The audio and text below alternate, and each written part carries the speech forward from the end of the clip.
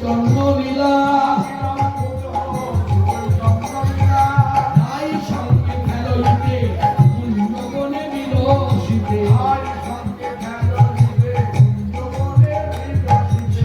অনুরাগে ভুল তনু হইলা কহিবার কথা নয় কহিলে কি জানি হয়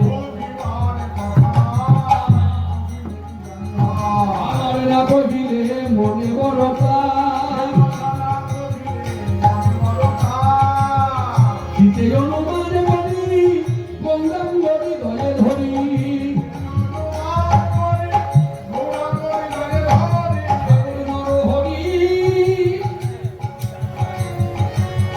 নরহরি বড়ে বিলা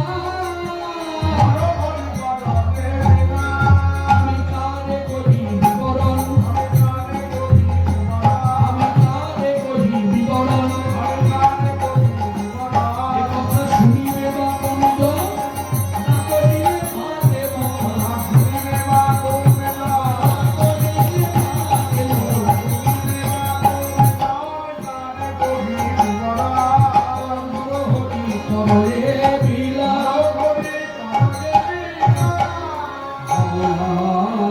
শ্রীকৃষ্ণ চৈতন্য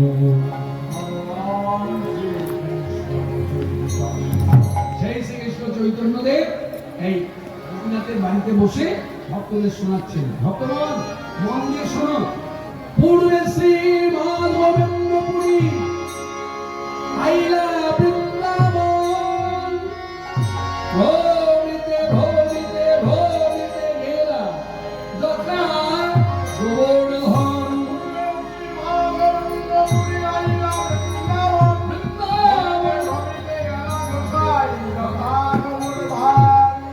এই গোবর্ধন পাহাড় আর এই গোবিন্দকুণ্ড ওই রাধাকুণ্ড এই বৃক্ষতলে বসে আছে মাধবেন্দ্র এখন বসে আছে এমনি এমনি বসে আছে বসে আছে বসে বসে কীর্তন করছে জয় রাধা রমণ জয় কুঞ্জ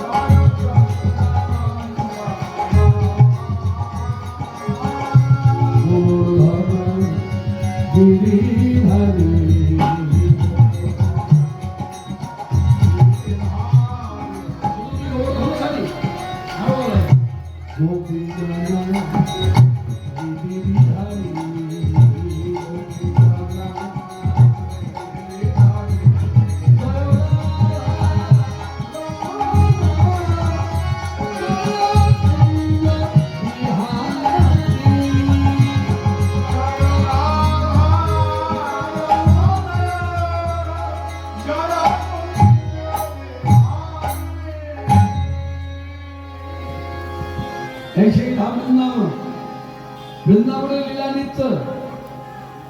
এই যে ছবিটা দেখছেন, এটা হলো যদুবীর। যদুবীর আখ্যা দেওয়া হলো কেন? বলে পৃথিবীতে অনেক বীর আছে, স্বর্গমাত্র পাতাল খুঁজলে এইরকম বীর পাওয়া যাবে না। কত বড় বীর! যুদ্ধক্ষেত্রে লাগাম ধরেছে, অস্ত্র ধরেন। হাতের মধ্যে কি আছে? ওই দেখুন পাঞ্চজন্য শঙ্খ। এই পাঞ্চজন্য শঙ্খটাই কৃষ্ণের পক্ষে যথেষ্ট।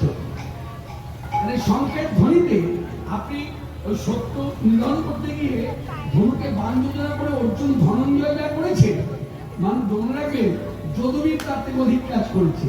কথাগুলো মন দিয়ে শুনুন। এটা অর্জুন প্রশ্ন করেছিলেন, আচ্ছা সকাল তোমার মতো বীর তো আমি দেখলাম না এই যুদ্ধক্ষেত্রে, যতদিন যুদ্ধ চলবে তোমার মতো বীর আমি খুঁজে পেলাম না। বলে কেন? বলছে বিনা অস্ত্রে শত্রুকে শিথিল করে দাও একমাত্র তোমার দ্বারাই সম্ভব। বলে কেন, কি দেখলে? মানে আমি যুদ্ধক্ষেত্রে দেখলাম তোমার পাঞ্চজন্য শঙ্খের নিনাদে হস্তি ভুলে গেল তার মদমত্ত, মানে মাতার হাতে মাতলামি ভুলে গেল তোমার শঙ্খের ধ্বনি শুনে।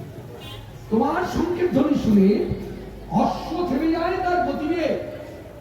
আমি দেখলাম যুদ্ধক্ষেত্রে ঘোড়া ছুটতে ছুটতে আসছে, সেই ছুটন্ত দুরন্ত ঘোড়া তোমার শঙ্খের ধ্বনি শোনা মাত্রই স্থির হয়ে গেল, অশ্ব থেমে যায় তার গতিবে।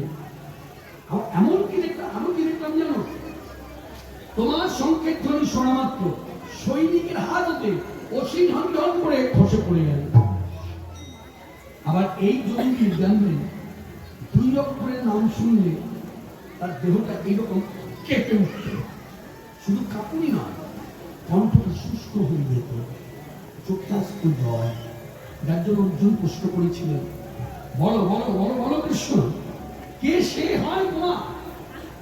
কে হন তিনি তোমার? তোমার আকর্ণ বিস্তৃত বদ্ধ আসলোচন, সেই চোখে আসে তোমার জল। ওই 2 অক্ষরের নাম কি আছে? ওই প্রেমের মধ্যে কি এমন শক্তি যা তোমাকে নাড়িয়ে দেয়? তখন কৃষ্ণ বলেছিলেন, অর্জুন ও ধনঞ্জয়, তাহলে একটা কথা বলি তোমার শোনো।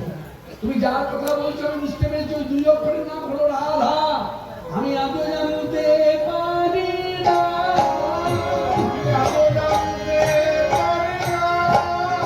আমি আদৌ জানতে পারি না, কে দিয়ে হয় না মিছা কথা বলিবার, মিছা কথা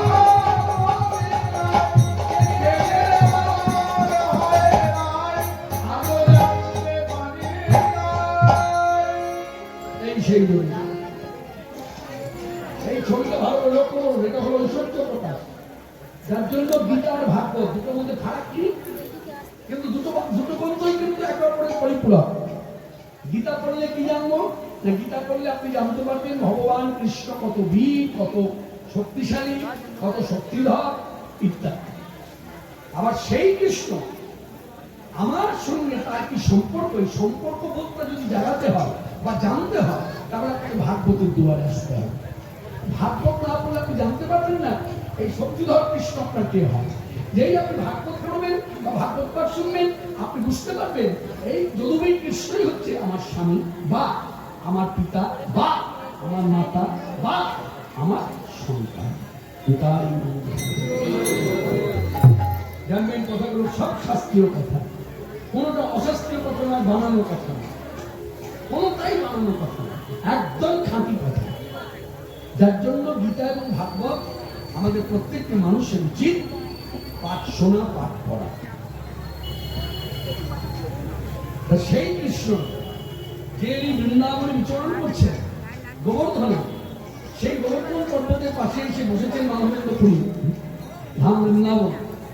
এই বৃন্দাবনের লীলা হলো নিত্য লীলা।